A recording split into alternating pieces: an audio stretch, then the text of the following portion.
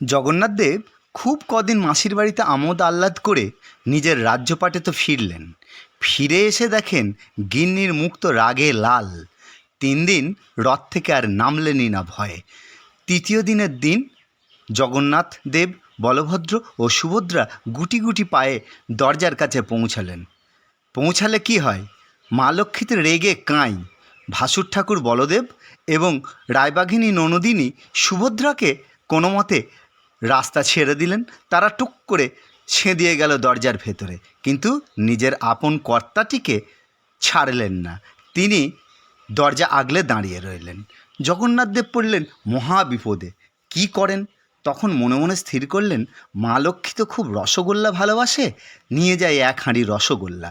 সে তখন 1 হাঁড়ির রসে টইটুম্বুর রসগোল্লা মা লক্ষ্মীর হাতে গুঁজে দিতেই মানিনীর মান ভাঙল। এই রসগোল্লার গোলটা বড় গোল মেলে। এই গোল গোল বাঁধায় না, বরং রসে টইটুম্বুর হয়ে গোল মেটায়। মানব জীবনের লীলার রসে টইটুম্বুর হয়ে মা লক্ষ্মী পেলেন 1 হাঁড়ি গোল গোল রসগোল্লা, আর জগন্নাথদেব ফিরে পেলেন তার পুরনো সেই রাজ্যপাট। এই রসগোল্লার রসে মানুষের যে লীলা, মানুষের যে দাম্পত্য লীলা, প্রেম, অভিমান, সুখ, দুঃখ, তার অনুভূতির শিকার এই রসগোল্লা। ত্রয়োদশীর দিনে রথযাত্রা উপলক্ষে এই রসগোল্লা উৎসব পালন হয় পুরীতে। উল্টো রথের 3 দিন পরে উৎসব শুরু হয় রসগোল্লা উৎসব। জগন্নাথদেবকে ভোগে দেওয়া হয় হাঁড়ি হাঁড়ি রসগোল্লা।